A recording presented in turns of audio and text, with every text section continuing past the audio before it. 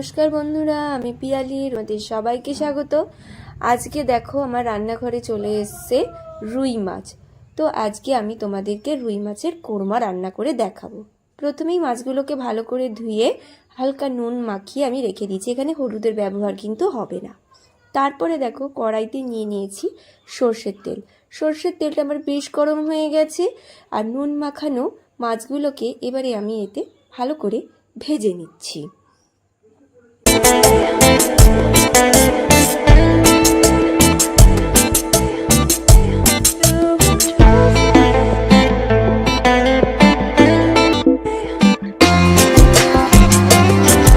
ভালো করে ওলট পালট করে দেখো দুদিকে আমার ভালো করে ভাজা হয়ে গেছে। এবারে আমি মাছের পিসগুলোকে তুলে নিচ্ছি। ওই একইভাবেই বাকি মাছের টুকরোগুলোকেও কিন্তু আমি ভেজে নেব।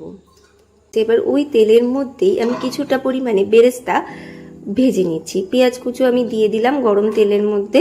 আর বেরেস্তা মানে জানোই তো, সমানে নাড়াচাড়া করতে হবে।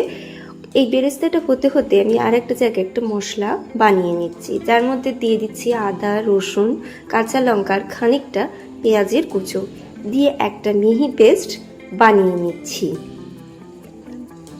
আর একটা মশলা বানাচ্ছি, তার জন্য দিচ্ছি কাজু, কিশমিশ আর পরিমাণ মতন একটু টক দই দিয়ে একটা মিহি পেস্ট বানিয়ে নিচ্ছি। এই দুটো মশলাই কিন্তু আমার লাগবে।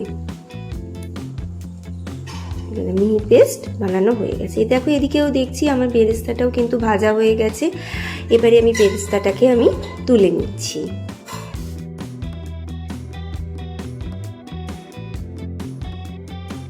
একই তেলের মধ্যে দিয়ে দিচ্ছি কিছুটা গোটা গরম মশলা। গোটা গরম মশলা থেকে একটা মিষ্টি গন্ধ যতক্ষণ না বেরোয় হালকা নাড়াচাড়া করে নিতে হবে।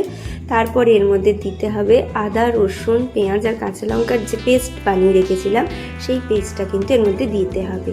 হালকা নাড়াচাড়া করে ওতে দিয়ে দিতে হবে নুন আর অল্প জিরে, অল্প লঙ্কার গুঁড়ো দিয়ে ভালো করে মশলাটা কষিয়ে নিতে হবে। এখানে কিন্তু হলুদের ব্যবহার হবে না, আর যেহেতু রান্নাটা পুরোটাই সাদাতে হবে সেহেতু লঙ্কার গুঁড়োটাও আমি অল্পই এখানে দিয়েছি।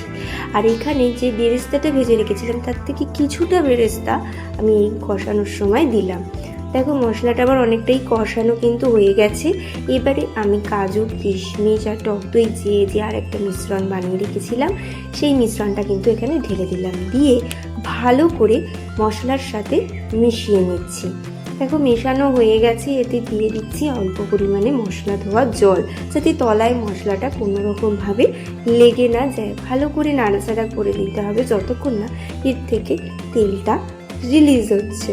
দেখো কত সুন্দর সাদাটে একটা রং হয়েছে। কোরমার রং কিন্তু এরকমই হয়। দেখো কত সুন্দর হয়েছে। মশলাটা কিন্তু আমার প্রায় কষে এসছে। এবারে জল আমি অ্যাড করছি। তোমাদের মাছ যেরকম পরিমাণে, তোমরা জলটাও কিন্তু সেরকম পরিমাণেই অ্যাড করবে। যার মাছ যতটা, সে ততটা পরিমাণে এখানে কিন্তু গ্রেভি তৈরি করবে। দেখো আমার এখানে গ্রেভিটাও কিন্তু বেশ ফুটে এসছে, কত সুন্দর রংটা এসছে দেখো।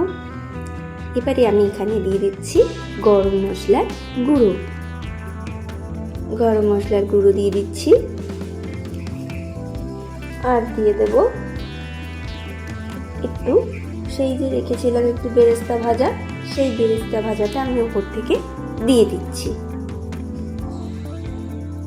বেরেস্তা ভাজাটা দেওয়ার পরে এবারে আমি দিয়ে দেব ভেজে রাখা মাছের টুকরোগুলো।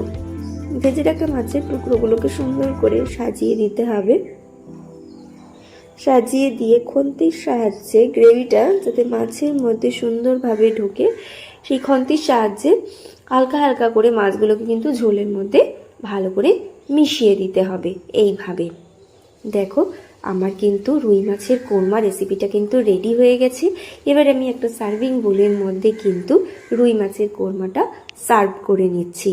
এটা কিন্তু গরম গরম ভাতের সাথে কিন্তু দারুণ লাগে খেতে। বন্ধুরা তোমরা অবশ্যই বাড়িতে রুই মাছের কোরমা ট্রাই করে দেখবে। এটা কিন্তু খুবই সুস্বাদু একটা রেসিপি। আমাকে লাইক করবে, শেয়ার করবে। আমার চ্যানেলটাকে যারা এখনো পর্যন্ত সাবস্ক্রাইব করোনি, সাবস্ক্রাইব করো। আজকের জন্য এটুকুই। চলো টাটা।